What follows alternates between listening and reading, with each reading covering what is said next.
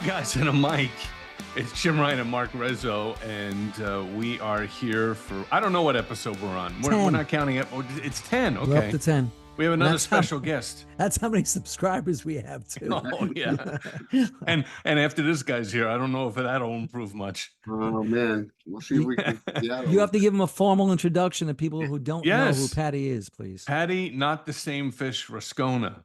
Although I don't think his mother gave him that middle name. I think that's made up. No, it's actually Victor. Paddy is a longtime record executive, mainly in the New York area, but everybody knows Paddy. If you're in radio, you know Paddy. He's been a tremendous friend and a partner in business, and I realize now my plaque game is lacking with the two of you here. Paddy, how many you got behind you? How many is that? Well, that's just that wall. I have another two walls on the other side of the basement. It's not the same plaque, right? It's not the same plaque. Well, you know, I actually got rid of a bunch a while back too. So yeah, I did. Your son got rid of them all for me. Yeah, there you go. We love them. But I think, back in the day, Paddy, they used to send them out like they were, postcards. I remember. Oh, right. I mean, when I was at Arista, it was like we were getting them every week, and now you don't hear anybody getting them anymore, really. No, I actually just got one a couple of weeks ago for artist Paul Russell. Had that little blue thing. Yeah, cool. It was the old Emotions Best of My Love sample. Right. I played that for you. Where's mine? We didn't send them to radio. Oh, okay. Just keep it to yourself. But Paddy, I wanted to ask you this. Yeah. This is Paddy short for Pasquale? Well, to be the honest truth is that when I was born, my father said to my mom, "What do you want to name him?" And I said, "Well, I'm going to name him after you," because that's what Italians did back then. They named him after their father. The father, yep. So my parents wanted to Americanize me a little bit, so they put on my birth certificate Patrick. So it's not Pasquale. My dad was Pasquale, but I am Patrick. Interesting. I'm not Irish. So how? But you go by the Irish spelling, though. Yeah, that's right. How did I come? That was my DJ name when I used to play in the clubs. Well, that's where we have to get into your history that goes behind those plaques and everything else, because obviously Jim and I know who you are, but for our 10 subscribers, we need to fill them in on your storied career. In fact, I think you post on Facebook or something. I saw every record label you ever worked at. That's pretty amazing. Is there one you didn't work at? I think it's 13 labels over 40. This is my 45th year of doing this. Listen, there, Columbia, I never worked at. RCA, I never worked at. Republic, I never worked at. But they weren't actually, Columbia. They weren't around, really. Yeah, Republic wasn't around back then. But it's been a nice little run. I mean, I can't complain. The industry's been great to me. It's been great to my family. I got to meet so many great artists, and it's just been a great ride. Who was your favorite? Well, artist-wise, who was your favorite? That's always a question we ask. I think my favorite band that I probably really enjoyed working with was probably Bon Jovi, because I worked on the 7800 album, and then I worked Slippery When Wet, which was wow, end all, and I got to fly on their plane, which was really cool, and those, Richie was like my guy. I loved Richie to death, and and they're all from Jersey, and look at me, I live in Jersey now, and actually the band, when they grew up, lives maybe about 10 minutes from where I live right now, which is pretty cool. But there were so many great bands, back then, and me being a dance guy from the beginning, and going to work for a label like Polygram, where you had Rush, the Scorpions, Tears for Fears, Mellencamp, Bon Jovi, and so on and so forth. I really had to not bands that pack the dance floor. Get my rock game on a little bit, but what's also cool was, look, I owe my career to basically about 3 or 4 really special people in my life. Randy Roberts worked at Polygram back in the day. He's the one who actually hired me to come and do national dance promotion for Polygram when they had like people in DJs in clubs used to report records to a chart in R&R and in Billboard for all the dance records that were happening in the clubs. And I was the national dance guy for Polygram, where I got to go to all these clubs around the country, which is pretty cool. Back in the day, yeah, when you're like 23, yeah, I'm there. And and and my brother John Bulos is, I mean, he's my mentor. He taught me everything I know about promotion, bad and good. Mhm. And just shout out to John. I know you're getting better, my brother, and I'll see you very soon. Every episode we talk about Yeah, we John, as love you know. John. John John's a is, grand. like, you know, he's almost as iconic as me, but But back uh, up for a minute, Patty. Before you got to the record label, were you yeah. working at a dance club, or were you spinning Well, records, as they say? Do you want the truth, or do you want me to lie? Was it a strip club? Is that what you're going to No, tell no. us? I actually owe my whole life and career to Fran from Avenue X in Brooklyn. Okay. And I'll explain why. Because after I left school, I was really not a big college guy, you know, and so I was working at a place called Rotinelli Foods, the ultimate in Italian frozen foods, where I would make stuffed shells, manigotti, and so on and so forth. Nice. So, but I always liked to go to clubs and stuff. So I went one night to a club called Infinities, which was in the old NYU gymnasium, because I wanted to listen to I was gonna say Jim Burris, but it wasn't Jim Burris. I forgot the DJ's name now. Wayne Burgess play. So now Jim Burgess played. So I went to this club and I met this girl, yada yada yada. Drove her back to Brooklyn. 2 days later, I got mono. I got stuck in the house for like 2 months. So because it was really bad. So what I did was in my house in Westchester, I had a walk-in closet. So I converted the closet to a DJ booth, right? And I put 2 turntables, a little mixer, 8-track recorder, the whole 9 yards. And I used to go to this record store, Paul's Record Hut in New Rochelle, and buy my music there. And I started mixing in my closet. That sounds, but and then when I got, I bought so many records at this record store. They said, "Why don't you just come and work for us? You know so much about all this dance music. Come and work for us." So I decided, let me go work for the record store and make like $180 a week and not make raviolis anymore. And so then working at the store, I got to work at some of the clubs in Westchester, Peachtree's, Marty and Lenny's, Take Five, the Second Floor, the Lollipop, and so on and so forth. So I was a DJ at most of these clubs in Westchester. Plus, I used to work in the record store during the day, and it was amazing. Listen, you didn't really get a lot of sleep because you're working. Back then, clubs closed at 4 a.m. It was after hours after that. So you walk home and grandma's cooking the meatballs when you're walking in the door. I think they still do. You just don't stay up that late. That is true. But so working in the clubs, I got to get to meet a lot of the dance promoters like Dave German, Frank Murray. Hey, Dave German. There's a Nice. shout out to Dave. He's Yeah. our #1 fan, by the way. Love Dave. And so I got to, they guys used to come to the club. Michael Ellis came to the club a couple of times, No, Michael. So working at the record store back in the day, Riz would know this. I don't know if Jim would know this, but back in the day, the radio stations used to call us for store reports. Sure. Yeah. And we used to have to report because there was no what was it called back then? SoundScan. There was no SoundScan back then.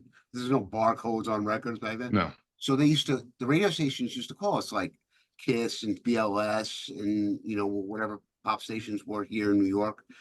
And I used to tell them what's selling, you know, on 45, mostly, or 12-inch, whatever else. The age of paper ads. Yeah, it was great.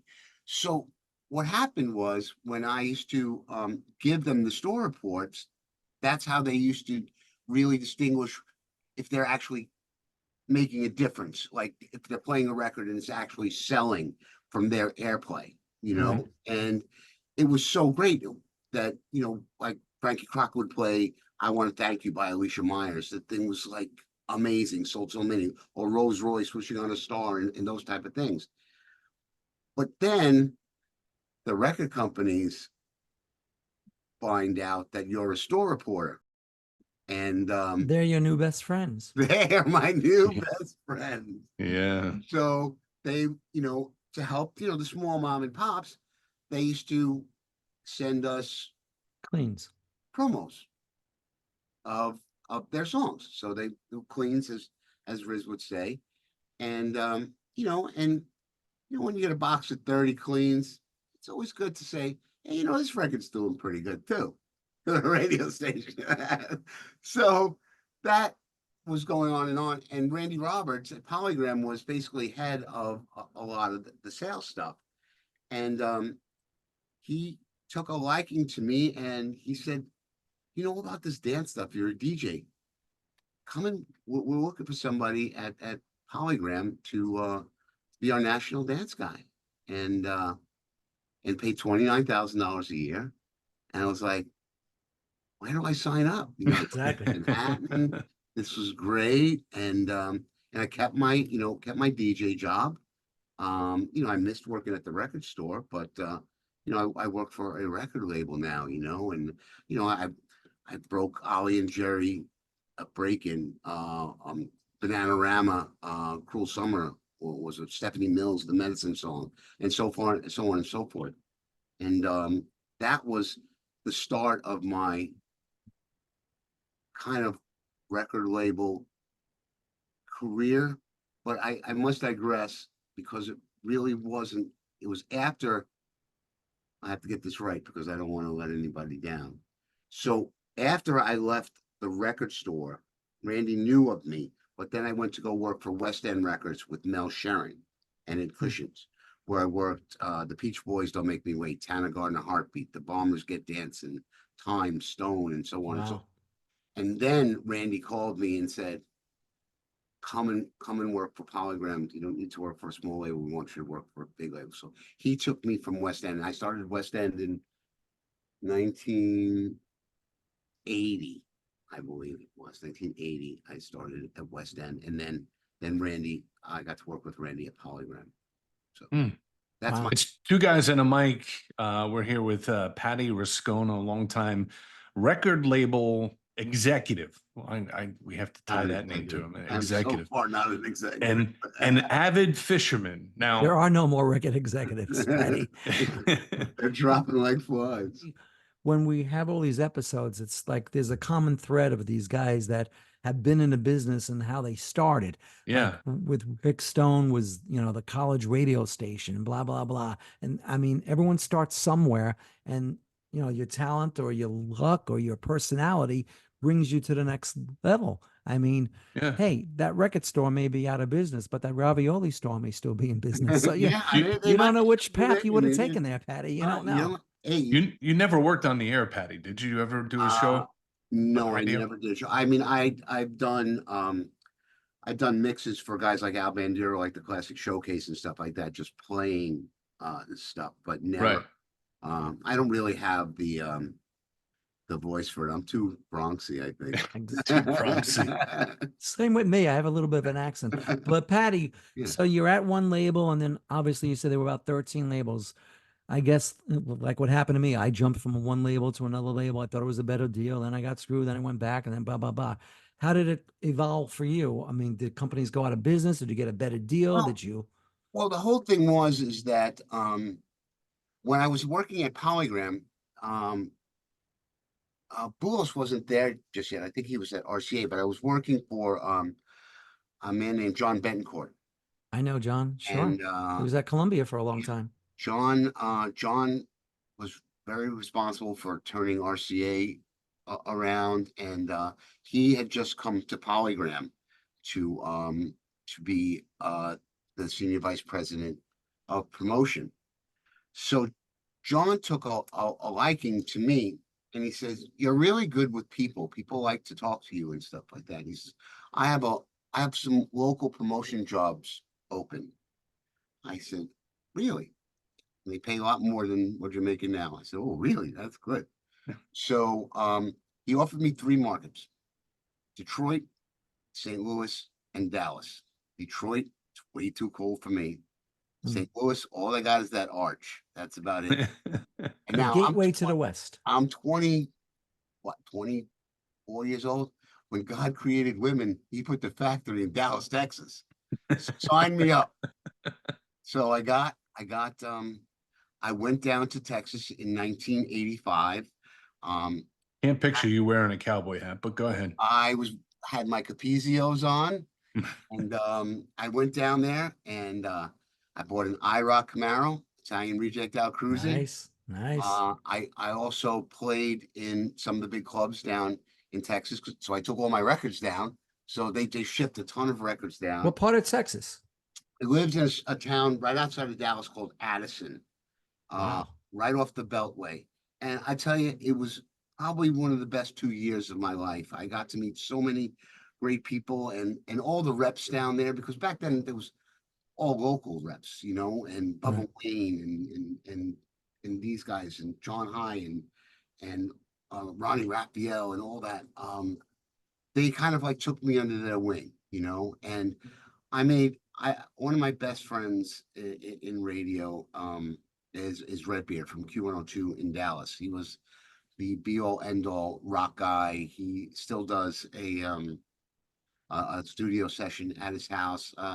Beard is just one of the great men that I've got to work with down there. And it was good for me because, in Texas broke rock. And man, we had a lot Yeah. of rock. We had a lot of big rock, so it was definitely a culture shock.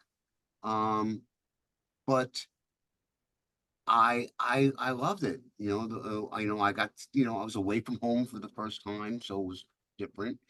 And then in 1987, John Mellencamp flew all the reps out to Indianapolis to see him play the IU Stadium, where the Hoosiers play. So Oh, you mean Indiana, right? Was it yeah, Indiana? yeah, Indiana, right? So that's when I met John Boulos. Wow. Nice. Okay. And we're in a hotel room. Can't tell you what's going on, but we're in a hotel room. Of course you can. This is a podcast. And he says, "You want to come back to New York?" I said, "Yeah, I think I do." Who was he working for at that point? He left RCA, I believe, and went to Polygram to work with Ben. Okay. Yeah, see, I made a mistake. I said Betancourt was at Columbia. He was at RCA. You're right, because I remember Elaine Locatelli always used to talk about Betancourt. Correct, because Elaine was his assistant Right. My bad. So then Boulos brought me to New York and taught me how to get to every radio station without going above ground. Amazing. I can get anywhere without going above ground. He taught me everything about promo. And What year was that? 1987. I guess Z100 was out of Secaucus by then, because you couldn't go there underground. No. I mean, the ones in New York. Okay.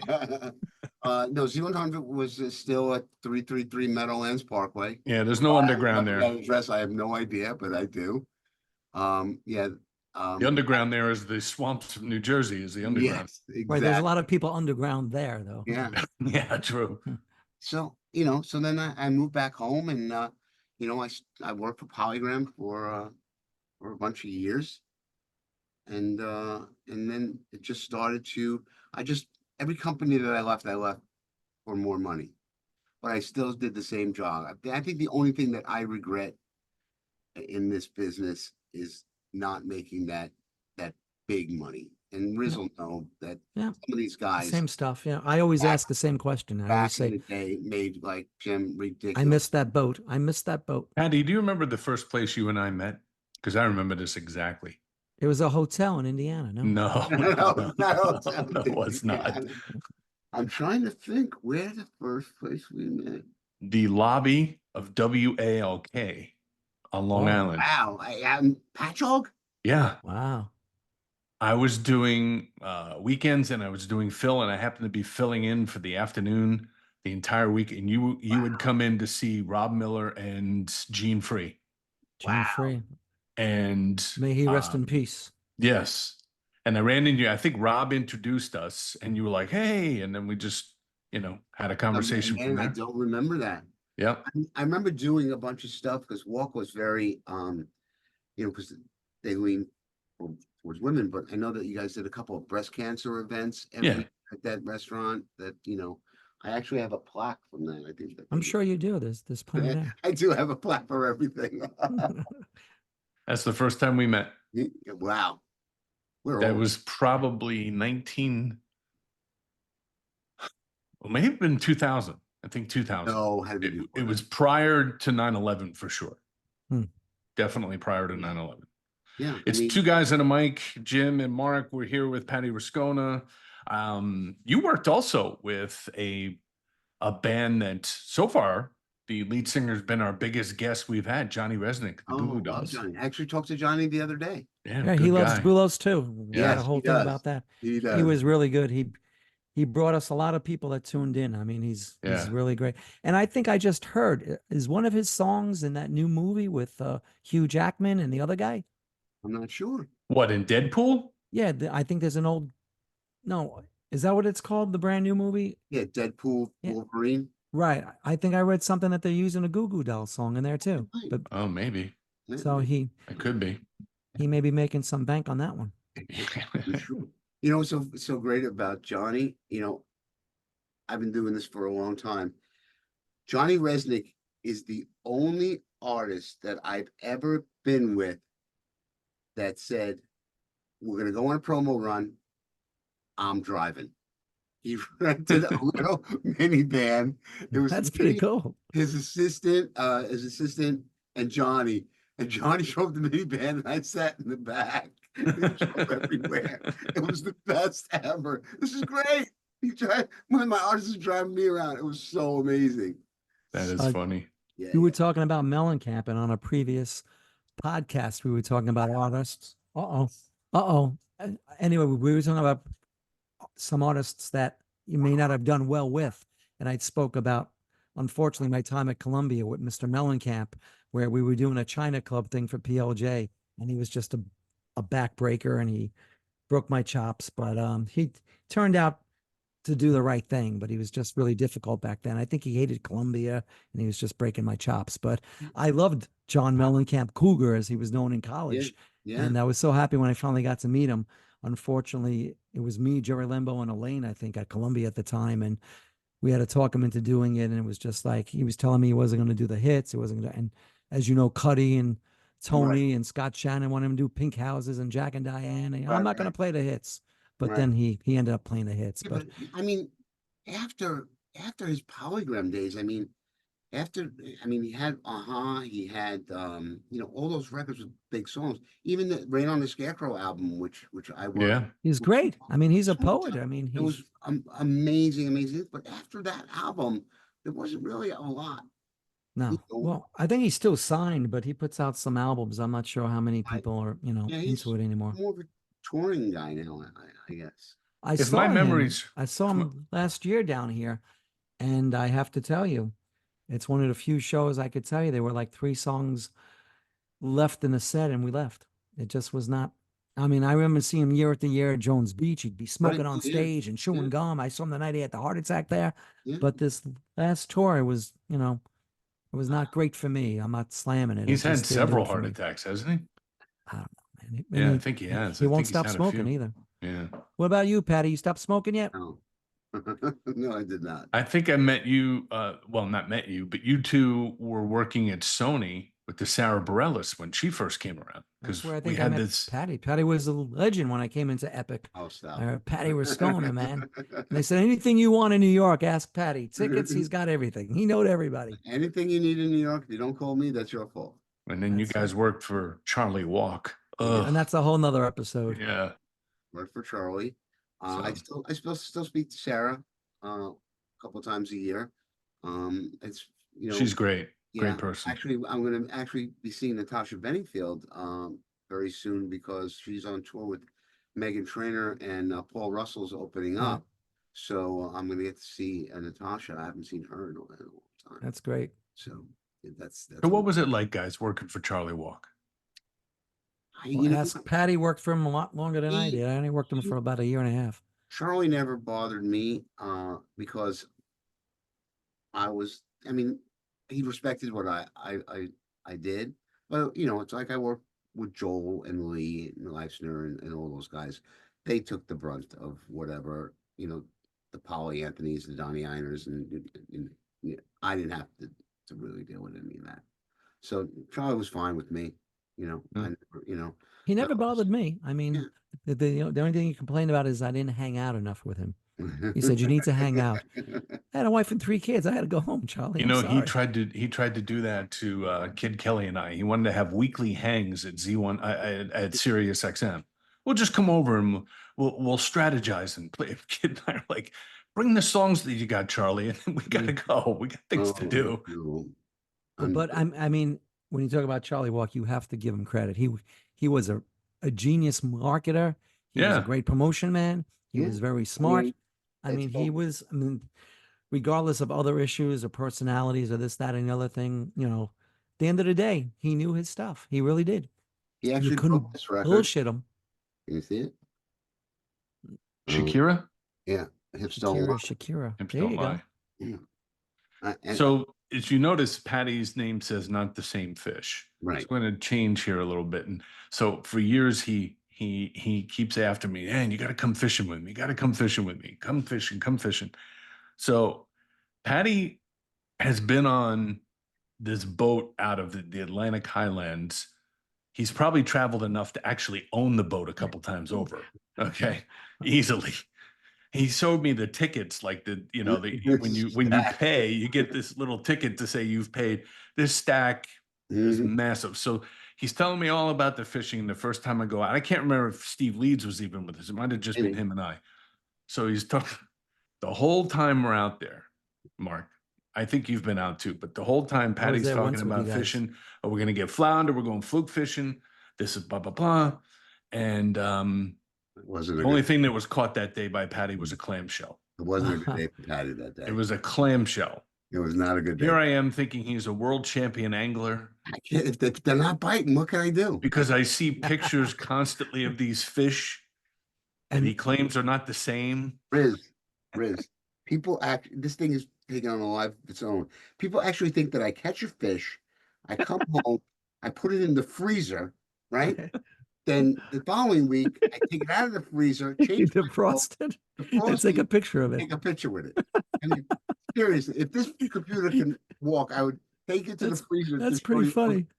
In the I always accused you of actually grabbing somebody else on the boat's fish. taking with somebody else's fish. Are you tired of eating fish with all the fish you must have caught? No, it's good. It's healthy for you.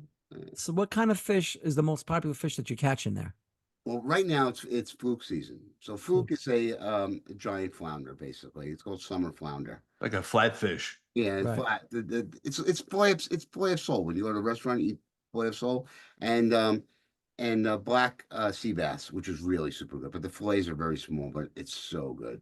Yeah, I'm not Nice. into the striped bass. I'm not into. You went, Mark. Didn't you go I with know. us one Yeah, time? yeah. We Well, went. I like blackfish and porgies.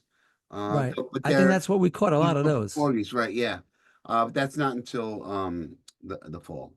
But Interesting. yeah, Kobe Bryant went out with us one time. That we went out. Steve Lee. Cubby came out with us. Joe Riccatelli went out and got sick the minute we left the dock. I felt bad. He was. Oh, that's he the was- worst. I got sick on one, but not with you guys. I got sick on one down here in Florida when I was a kid. It was like the worst thing to be on a boat and you're Oh, sick for yeah. 3 hours. Joe was reeling and throwing up at the same time. Oh, it's the worst. Oh, it's so It's a bad. terrible feeling. And the minute we got back to the dock, everybody's like saying goodbye. He goes, I got to get off. The dock was floating. So it's like, I gotta go. Yeah, I felt bad. Whoa. Yeah, it was a bad day for him. Yeah, I enjoy it. It gives me some, I think my wife's getting a little tired of me going. It's your stress release. I get it. Everybody's got to have one. Yeah, I mean, I like getting up and going, get on the boat, and it's a beautiful day on the water, get nice color, uh, you know, but I do feel bad for my wife. I should spend more Sundays with her in the summer. Babe, if you're watching this, We were out there one time when it got really windy and pretty choppy. yeah, well, the wind is, it rains, I don't care. It's the wind. The wind that is the thing that affects the water, not Yeah. the rain. So, Patty, So- so without really giving us a name of somebody, no. was there one artist that you just didn't connect with, that you hated the moment you met the person or had to work the person or didn't really want to work that Yes. hard for the It person? wasn't it wasn't a artist, it was a band. A band. Oh, That sucks. so Hey. give us the name. No. Oh, okay. It's We a have an attorney. We'll get in it's trouble. We'll get sued. it's a two-person male band Okay. who always wants to rule the world. Ah, Everybody wants okay. to rule the world. I hear you. Interesting. Allegedly. Remember that term. You can say allegedly and get away And with what anything. what was it? Was it just a general attitude that they Just- talk I down to guess, you, or know, just it's just one of those things, and I don't want to stereotype it because it's not right, because I know, but sometimes when bands come in from overseas, it's you get a little cocky, where like Def Leppard, those guys were the best guys ever, coming from there to here, or Duran Duran, and they were just so fun. But those two guys were just kind of dicks, yeah. And listen, this is like 1986, but Right at they were their massive. record was like their two songs were just like massive. Yeah. Yeah. So Well, it was definitely not a pleasure to work with them. well, I think I tell the story. I had a big band at Capitol. They're still very, very big. And the lead singer I took to WPLJ, and he was talking about stuff, and he just said, I would never raise my kids in the US. And it was like, dude, I live here. I raised my kids here. But I guess I did find out he did not raise his kids in the Yeah. US. So it's like he made his money here, and the way things are going here, maybe he was ahead of the curve. Yeah, maybe Maybe he you was never right know. about it. And he's Yeah, a But I pretty mean, contemporary band. yeah. He It's just had a when little you're bit of an talking about- attitude about it. That's all. that's But he- Whatever. But It he married happens. it. He married an American, right? I don't know who you're talking about. I don't know who you're talking about. Yeah. This is I don't know taking nothing a about pill. nothing. Two guys and a mic. It is episode number 10. We're here with Paddy Rascona, a longtime record label executive. And I wanted to ask you, because we'll get to the top 5 here in a second, but I wanted to ask both your opinion on this. We're almost to the end of summer. I mean, here we are into August. So do you think the song of the summer this year has been Shabuzi, I think Tipsy, so. a bar song? Yep. I Or is think there so. something else in your head that has been the summer song of the year? Well, I mean, Shabuzi's been #1 for 5 weeks at Billboard Hot 100. I mean, if you want to label it that way, yes, but Benson Boone has had a great run Mhm. this summer. You know, it's really hard. I mean, Hozier had number 1 for a couple of Hozier, weeks. but that's all hearsay because the biggest artist of the summer is Taylor Swift. Exactly. And that's true. it. And that's it. I think Shabuzi's got all the hype and all the Yeah. media about it, and he's Let's- everywhere and blah blah blah. let's- It let's could be see what flavor happens. of the moment too. We Let's see don't what know. happens with the next single. And there you go. Well, Taylor has the tour of the year by far. Tour of the century. Right. That's awesome. Yeah, true. In fact, she actually made these countries so profitable on Yeah. those 3 days. The influx of people. It's cheaper to get a ticket and go see Taylor A Swift. lot of people than they it went is over to go Europe to see her. Miami. Yep. I felt Exactly. bad for everybody in Vienna having their Wow. shows recently yeah. canceled because Yeah, of that I'm sure terrorist she was on threat. schedule. I mean, when she played Tampa here, she brought in more money than the Super Bowl did. Yeah, Oh yeah, yeah. Incredible.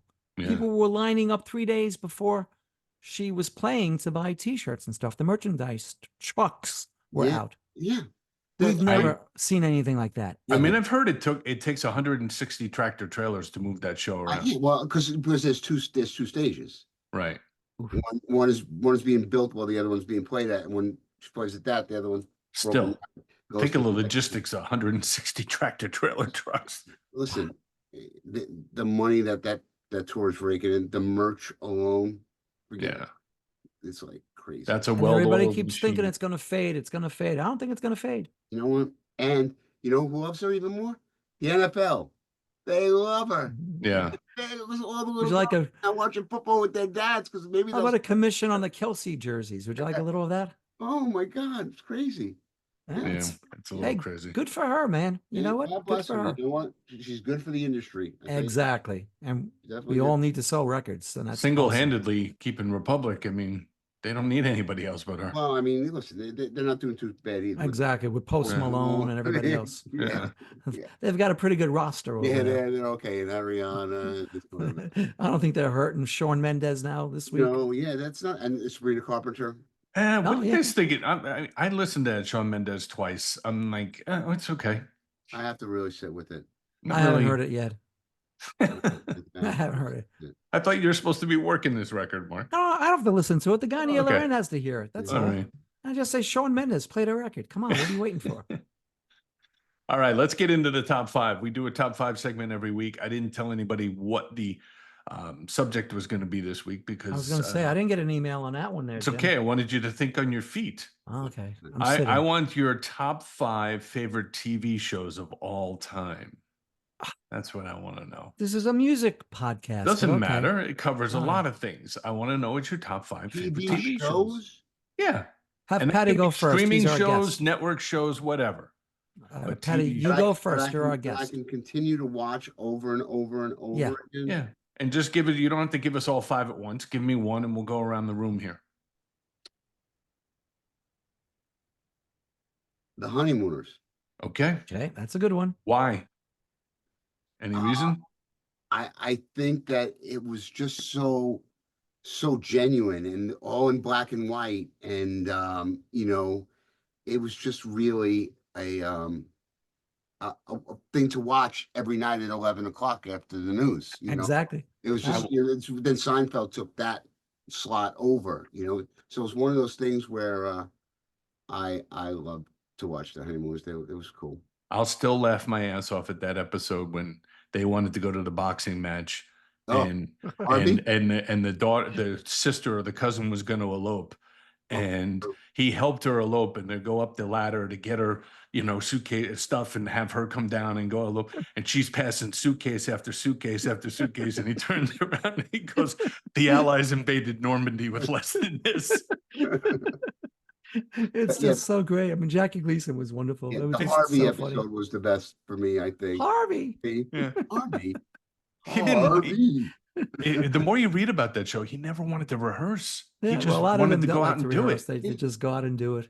Yeah. That's funny. I mean, that's what they said about Sinatra. He would never rehearse either. All right, Mark, what's one of your favorite shows? I'll take right after what Patty said. I'll go with Seinfeld. It never gets old. I watch that Yeah. every night. 11:30. It's on a local channel here. I watch it from 11:30 to 12, and then 12 to 12:30. And it's the same laughs, the same stuff. Kramer is just hysterical. Yeah. And again, that's, you know, just classic TV that's never going to go out of style. I'm going to throw an old one out, ode to what I do for a living, but WKRP in Cincinnati. Yeah, I oh my God, I've loved seen that that. show. I used to like to look at Lonnie Anderson. Yeah. And the episode where they were doing the alcohol reflex, where they're taking shots, and Johnny Fever is super slow to hit the button before he starts drinking, but the more drinks he has, the faster he's going, and the other two guys are plowed. They can't even hit the button. Unbelievable. Yeah, That was a funny show. yeah.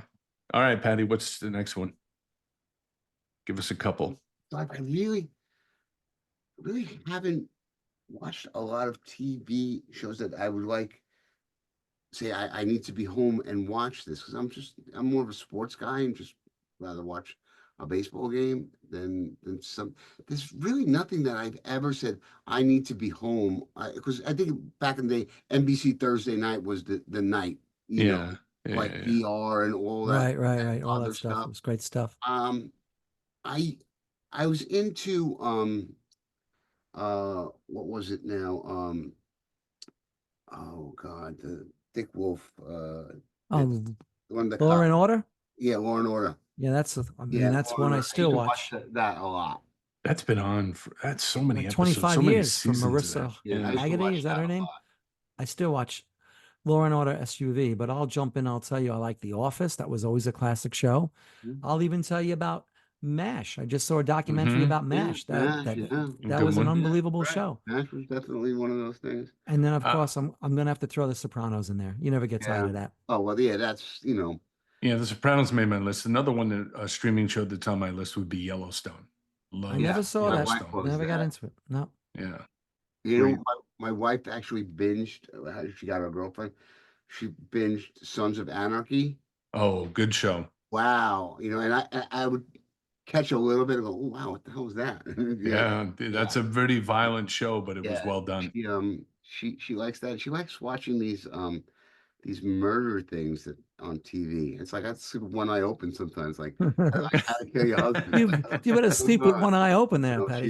Yeah, she's That's a all. That's all Kathleen watches, but she watches all the British murder shows. oh, Jesus, it's great. It's crazy. Yeah, It's Every yeah. time we watch Dateline at 2020, it's oh always yeah, about a those wife are the killing a ones she husband watches. Yeah, or a husband killing a wife. And yeah, they never get away with it. exactly. It's No, like, you never why do get. you bother? You're I not going to don't get know. away with it. Not getting away with it. So just But gonna. I'll tell you here, if we flip the coin, I'll tell you one I never got that everybody loved. I never got Friends. I never No, got it. I was really not a big fan. I watched the Friends bloopers on YouTube. That's about it. Those are funny. The Those are bloopers are funny. funny. But I Some of the never got the episodes. hype on it. I guess I missed that whole thing. Yeah, I was never a big Friends guy. Or that and Big Bang Theory, I was never a big fan of. I I was got into that after the fact. It was kind of cute. It was Yeah, funny. yeah, It was okay. yeah, yeah. Big Bang Theory, I did like. yeah. But there's not that many out now these days. I mean, it's No, just all changed. yeah, Just like our record stories, and starting out in record stores and starting out at college radio. We talk about that in every episode, that yeah, a lot of the paths that helped our careers are not even available anymore to yeah. other people trying to Yeah. break in. It's sad. But you know what I'm really happy about now, is that there is a resurgence again of vinyl, which Yeah, there That's is. exciting. people Yep. want to people want to hold it in their hand. They want to read the liner notes. The crackling. You don't get that on a CD or something. And I'm glad it's Or actually coming. download. Yeah. Yeah, or now. And I'm glad it's coming back because you know why? Because I just downloaded this app about 2 weeks ago. It's called Discogs. Oh, I've heard of that. Yeah. Yeah, it's this app where you take your record, like say a record here, right? And on the record there's a number, whether it be just a SKU number. You punch it into Discogs, right? You punch it into this little thing here, and it has every record you can ever think of in here. Hmm. So you punch it in, and it gives you an estimated value of it, Of the record? of the record. For example, let me put my glasses on. Just to let you guys know, for the last 2 weeks, I've been inputting my vinyl albums in 12 inches. Hmm. I've already inputted 3,577 pieces of vinyl and 12 inches. Wow. And it'll sort them all. It'll sort them all. I don't know. I can't No, see. we can't Yeah, really it's gonna see be it. hard to see that. Yeah, anyway, you could filter it by anything you want. So if I wanted to see all my 357,000, then I can go by artist, and it'll give me every one of my. It's you can't see it because of the thing, but it's a great app. So like I have a Pearl Jam, right? Pearl Jam. It's called the reissue of 10. Uh, so I have two of them, and I looked. And I go, oh my God, it's still sealed. And I looked at what it's worth. Let me just see if I can pull it up here. Hold on a minute. Pearl Jam. Yeah, Pro Jam 10. Um, Remastered 180 gram record. It is going for, with the clear vinyl one is going for $160, 150 to $378. Like I have Madonna Bedtime Stories, double album, pink vinyl, numbered, is Right. $800. I was like, Did we tell you there was a fee to be a guest on this show? Yeah, exactly. well, So right now, Petty, how much would the total value of those 3,000 okay, albums be? I'm glad you asked that question, Mr. Rizzo. My collection, they say right now, I still have another 3,012 inches to go. Whoa. Now, is the collection value is worth anywhere between 36 and $100,000. So Whoa. if you get the, So you scored big. You said you didn't well, make a you big go in the business in middle, this business. There you you go in the go. middle, maybe let's take the middle number because a lot of some of my stuff is also sealed, you Yeah. know, Wow. which is pretty cool. So if you have old like albums that like who's this band? I got this band called Quicksand or something like that. I have 3 albums by them of the same album, Yeah. and they're like $90 each. I was like, yes. What is it? I don't even The know who you chain. are. But It's that's so what, great. but you have to find someone who wants to buy them, right? I Well, mean, you that's could what the value do is. so. What Or you can you do, sell it? you You could could you sell it could right on the site, you could sell it on this thing. So if I had say example a Pearl Jam, right? right? It tells you the last one sold on June 2nd, 2024 for $150. Right now, there are 5 for sale. One at 356, one at 200, one at 364, one at 182, and one at 273. And it sells for any around the world. You can buy it pretty much, but Discog takes 9%, Sure. and and then shipping and stuff like that. It was kind of like with the plaques, Mark, when I worked Right. with Patty's son. I mean, I had, speaking, we were talking to Goo Goo Dolls before. I had some guy in Amsterdam buy Yeah. a Oh yeah. plaque that had my name on it in Yeah. Right. Amsterdam for the They Goo Goo don't care. Dolls. Yeah, they don't Wow. care. It's Yeah, just, but they have to be RAAs. That those are, right. the RAA plaques. So those are. But I said, look, if I ever sell my house, I'm not moving these out. Vinyl is a bitch to move. Trust me. I moved Doing it it. from Florida. It's not worth it, man. It was like, You know, I don't sadly, want. I gave a bunch away. It was just too heavy. And it was like, I, who needs it? so my son is good at all this e-commerce stuff. So I'm gonna try to see what the estimated value of this whole thing is going to be because that's without the 10,000 CDs I have. Ay, ay, ay. So if Can't somebody wants, imagine moving that all, no, Patty. You got No. to sell that stuff. somebody wants it, take the whole thing. Oof. Well, before we moved out of Long Island, we had a friend named Jeff Yanni. He was a DJ, Jeff Yanni, and he had a huge 12-inch collection. He still spins all over Long Island, and he sold his entire collection to some guy in LA who sent a truck, and they Yeah. picked it up in the truck, Oh, yeah. and he shipped it out. I Yeah, don't know there's how much he made, but he was there's a like, I couple got to get rid places of this down here stuff. where I live that looking. If I was to sell it to like Princeton Record Exchange or this other place here in Milltown, they would not even. They'd give me like 1/10 of what Exactly. Yeah. I'm asking. Two guys and a Well, mic. Please like and subscribe. Hit the notification bell to get reminded when we are putting up new episodes. Paddy Rascona is our special guest today, longtime record exec. Mark, you wanted to bring up something about Kevin Costner. What was that? oh yeah, well, I saw something yesterday that came across about the amount of money he put into this film of his that he took out of his own pocket, like 36 million, and it cost Right. 100 million. I think it was supposed to be a part one and a part two, and I was just reading where the film only made like 36 million. So I was thinking, we could probably get him really cheap and try to get him on the podcast. He probably needs the money. Ask And you him know why what? he bailed on Yellowstone and to make this film that lost a lot of money. Can you Oh, imagine if you put your house up, if you're Kevin Costner, he's got to have other, I'm sure that there are other people that stuff, but still to lose maybe 36 million. You know, I he's move an it all. artist too. He's got a band that He's got a band. We can Yeah. put him right. I met him at Whitney's funeral. We're like this. I'll give him a call. Oh, good. But yeah, I saw that come through and I was like, whoa, you talk about not making money or taking a gamble. And he said, this is what my entire career was. He said, I always took chances on projects that I was passionate about. So Well, I you know just what? thought, wow, Maybe Netflix or Prime will pick it up and it'll stay he'll on make his money back in that China or platform. something. Yeah, that platform will definitely Yeah. pick W- something. Was, speaking of your record collection, I think my Manilow collection's worth about 40, $50 cash. 40, $50.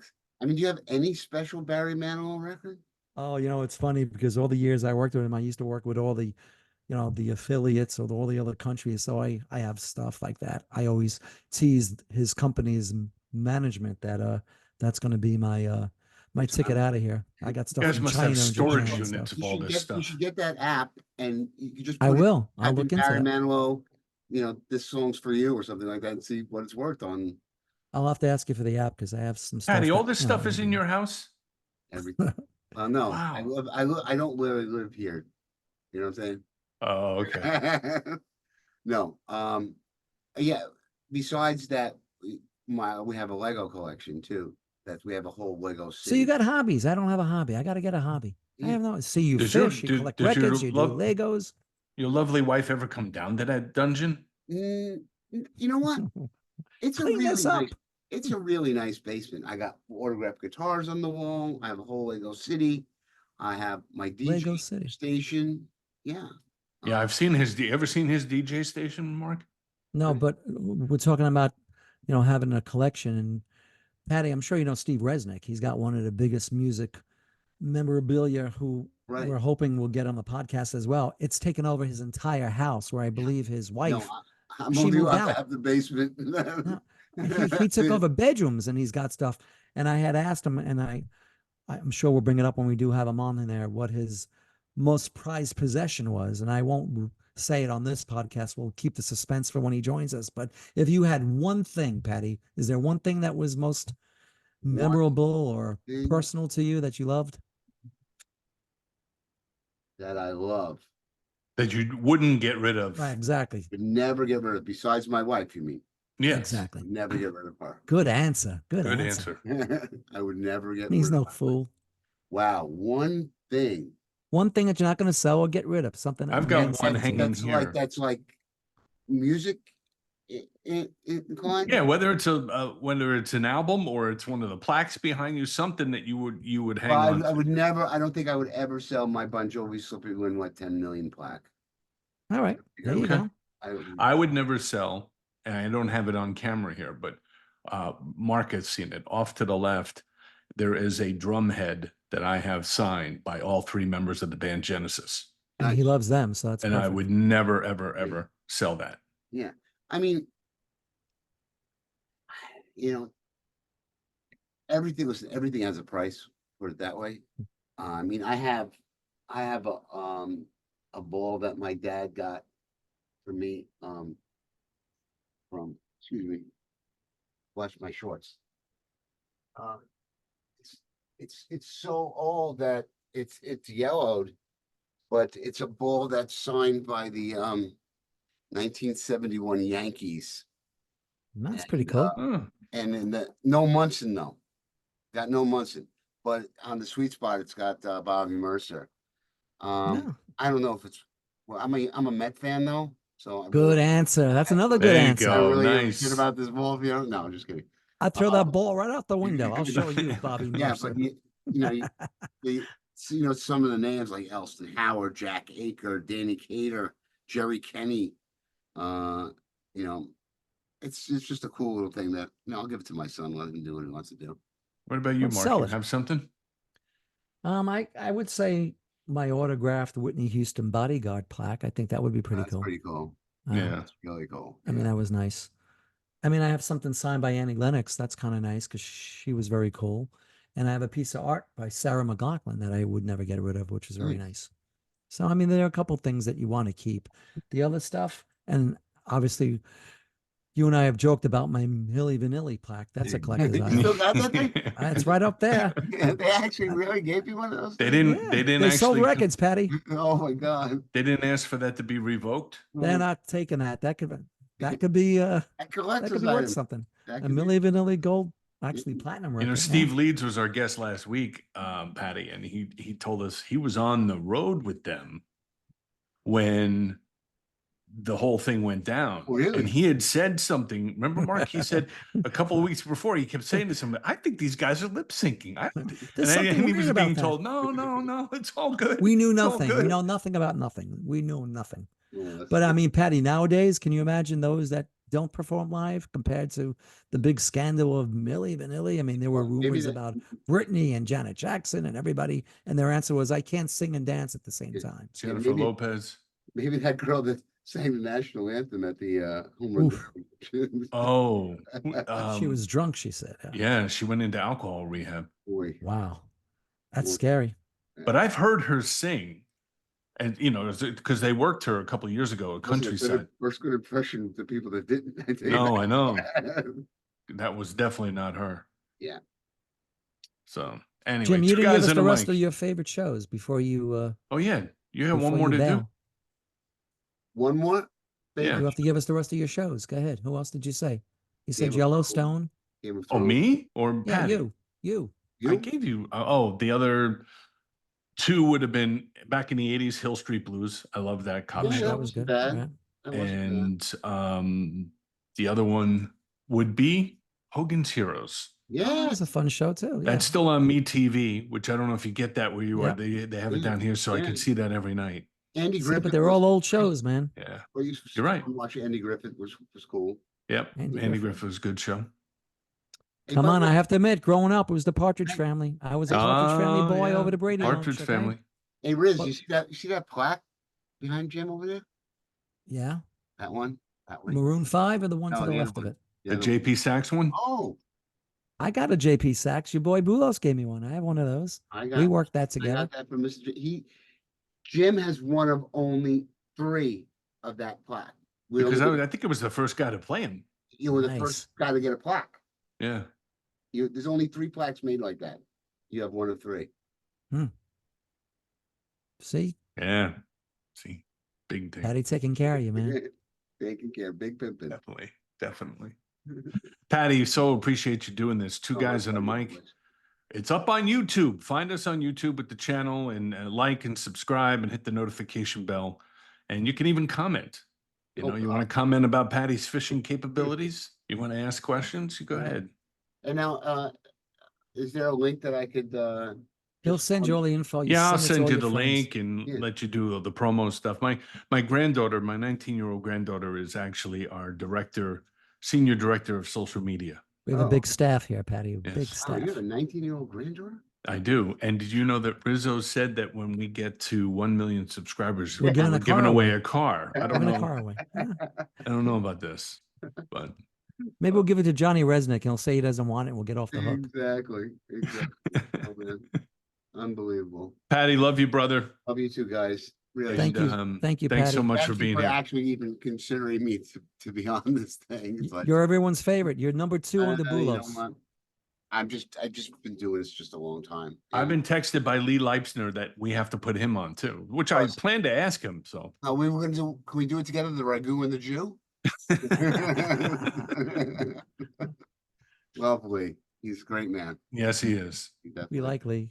And he's also probably one of the best promotion people I ever met in my Yeah, life. He's like an he's- encyclopedia. pretty intense. Yeah, he knows his stuff. Yeah, Yep. he does. You can't And, bullshit him.